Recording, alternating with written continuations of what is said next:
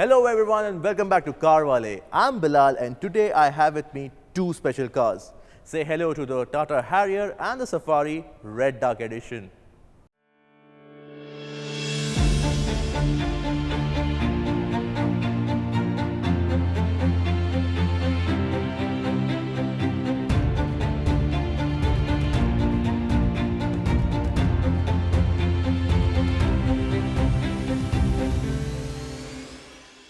The Red Dark editions were first showcased at the 2023 Auto Expo and they were launched soon after. So in this video, we'll be taking a look at their pricing, their variants, and we'll take a closer look at all the changes the Red Dark edition brings to these SUVs. Also, we'll be doing a real-world test of Tata's ADAS hardware, so stick till the end.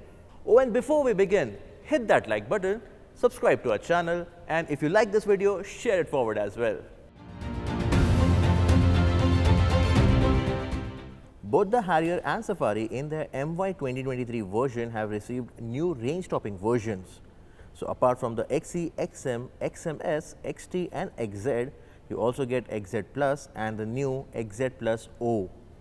The Red Dark edition you see here are only available either in the XZ Plus or the XZ Plus O trim in both manual and automatic versions. Here are the prices for both the Harrier and the Safari Red Dark edition.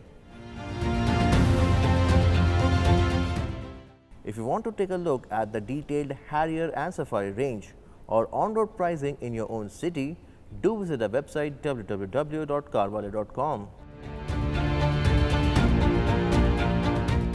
Now both the Harrier and Safari are not exactly new cars.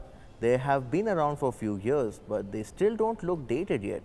It's all down to the design that Tata has played quite cleverly with, apart from offering so many limited editions. So you still buy either of them without the fear of the design looking old anytime soon. Now talking about the Red Dark highlights, I like how it's still more of a dark edition rather than loads of red and less of dark. The red garnishes are done quite judiciously. You see a tinge of red in only one arrow of the Safari's grille and just one mesh of the Harrier. The famous dark badge on the fender, it's still the same metallic, but only the lettering is done in red. Both carry similarly designed alloy wheels, but the red brake calipers on the Red Dark make them stand out. No notable changes are seen at the back over the standard dark on this Red Dark. Now on the inside of this Harrier Red Dark edition, you know that you're sitting in something special. You get this, wait, let me read this right. You get this Beneke Calico Carnelian red leather upholstery with diamond styled quilting. That's what Tata calls it, but we are just going to call it red. Now on the standard Harrier and Safari, you get seats which are large and comfortable and offer support in all the right places. Here in the Red Dark edition, this red upholstery, it takes it many notches higher. The surface of this upholstery, it's not soft, but it has a very long lasting feel to it. And the fit and finish of this upholstery, it doesn't give you any reason to complain. Apart from the red upholstery, the highlights in the cabin are this embossed #dark on the headrest and more red inserts on the center console and on the door handles. Now on to the second row of the Safari Red Dark edition. Now I like how the second row seat as well as the third row seat are done in this red upholstery. It's the same one you get at the front. And you also get a ventilated seat function for the captain seat in the second row. Moreover, you also get this adjustable headrest which was first seen in the Safari Jet edition, but it's a welcome addition in this Red Dark edition as well. Apart from that, you get red ambient lighting here on the sunroof and on all four doors, which you only get in the Safari but not in the Harrier Red Dark edition. Now I personally love this red finish on the upholstery because it reminds me of one of those fancy supercars with swanky interiors. But how do you like this red interiors of the Red Dark edition? Let us know your opinion in the comment section below. Let's talk about the touchscreen first. It's an all-new 10.25-inch touchscreen which is leaps and bounds ahead of the previous unit that was offered in the Harrier and the Safari. Let's talk about the interface first.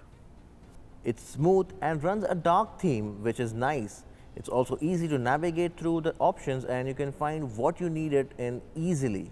I also like the touch response. It's intuitive and isn't slow by any standard. Weirdly enough, this new touchscreen looks like a sleek tablet has been stuck on the panel of the older unit. Also part of the update is the 360-degree camera. The picture quality on it is good and you get a good view all around the car. There's also a 3D view which looks fancy, but it wouldn't exactly help you with parking. So for parking, you'd have to use the 2D mode. You also get wireless Android Auto and Apple CarPlay in this system, apart from various other controls like voice commands with 6 Indian regional language support. You also get Type A and Type C charger ports. Now let's move on to the all-digital driver's display. Now personally, I wasn't a fan of the half analog, half digital driver's display that was offered in the Harrier and Safari before. Where the tachometer should have been analog and the speedometer should have been digital, their roles were reversed and I found it irksome. Now this all-digital driver's display, it has a lot of information on offer and you can navigate through it using these buttons provided on the steering wheel. What you see here is the range-topping XZ Plus optional based on the already feature-loaded XZ Plus. You get all the bells and whistles and some more. For the Red Dark Edition, the pair uses an Oberon black paint scheme with a black piano grille. On the inside, the red upholstery gets a diamond quilted design, making it look much more premium. Even the 18-inch diamond cut alloy wheels wear a charcoal black finish and behind them are zircon red brake calipers. More features on the inside include a panoramic sunroof in both, a new 10.25-inch Harman touchscreen with 9-speaker JBL-sourced music system, a wireless smartphone integration and 360-degree camera display. You also have a wireless charger and an all-new 7-inch all-digital driver's display. The front seats get ventilation while the driver's seat has 6-way electric adjustment along with memory and welcome function where it adjusts the seat when you open or close the door. Meanwhile, in the Safari, even the front passenger seat can be adjusted electrically. Also offered is a boss mode where you can lounge like a boss in the second row by electrically moving the front passenger seat out of the way. There are captain seats in the middle row and both of them now get ventilation, just like the front seats. Finally, the Safari has comprehensive red-colored ambient lighting system which extends onto the sunroof housing as well. As for the safety, both get 6 airbags, ISOFIX child seat anchoring points, an electronic handbrake, 3 off-road modes and ADAS. Now the ADAS is only offered in this XZ Plus optional trim.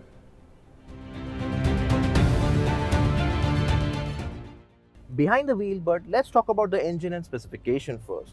So powering both the Dark Editions is the familiar 2-liter 4-cylinder turbo diesel, which is now BS6 Phase 2 compliant. It puts out around 168 bhp and 350 Newton meter, and you can have it either with a 6-speed manual or what we are driving here, the 6-speed torque converter. There's still no petrol engine powertrain for both the Harrier or the Safari.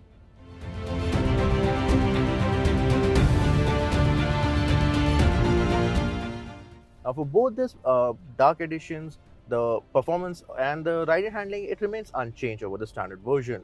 So it still has heavy controls, which take some time to get used to. But once you are comfortable behind the wheel, the Harrier or the Safari Red Dark Edition, you can do daily commutes or cross-country traveling without a second thought.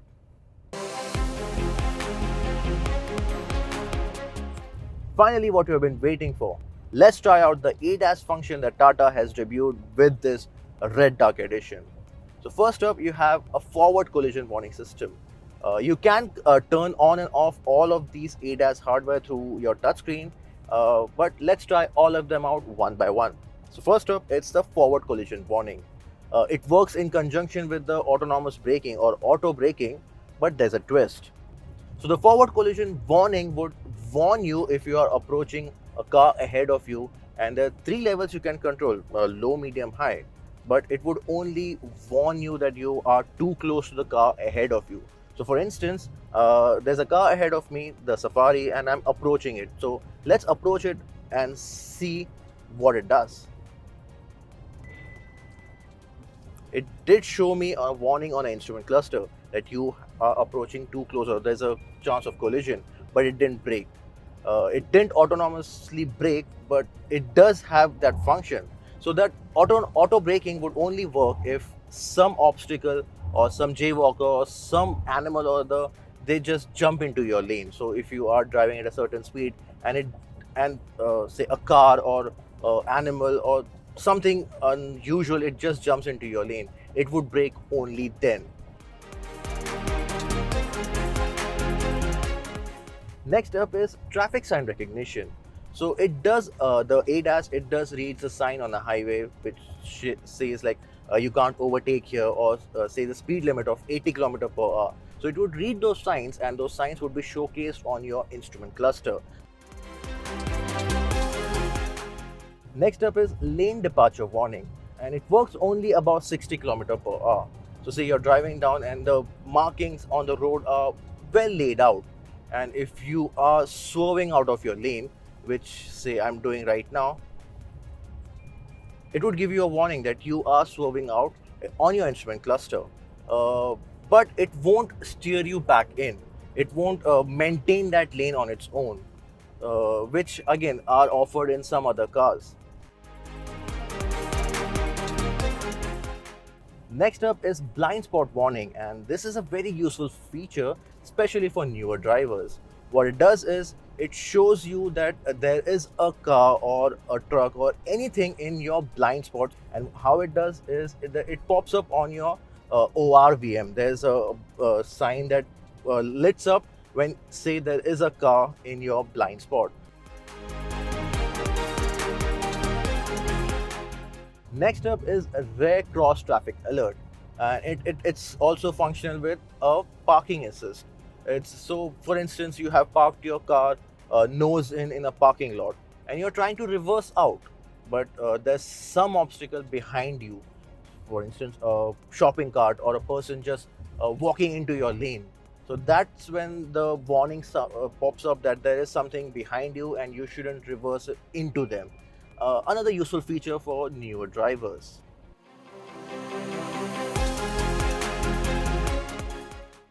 Part of this hardware is driver attention assist, which constantly shows up on your instrument cluster. It tells you, or it reads how alert you are or how fast your reflexes are. And this is especially helpful when you're driving for a longer period of time, because when you do that, your reflexes become slow, and then it warns you that you need to take a break and not continue driving because you might be drowsy or you might be tired after driving for so long.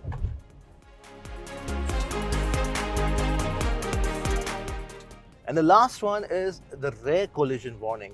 Now this one is slightly hard to reenact in real world or test out in real world because it only acts up when there is a car about to rear end you. So there's a car, it uses the rear sensors or rear parking sensors, and if some car or some obstacle is coming towards you in a good pace and it's about to rear end you, it will warn you that there's someone behind you uncontrollably coming towards and approaching towards you. So if you can do some evasive maneuver. So there you have it. We have told you everything there is to know about the 2023 Tata Harrier and the Safari Red Dark Edition, including its ADAS.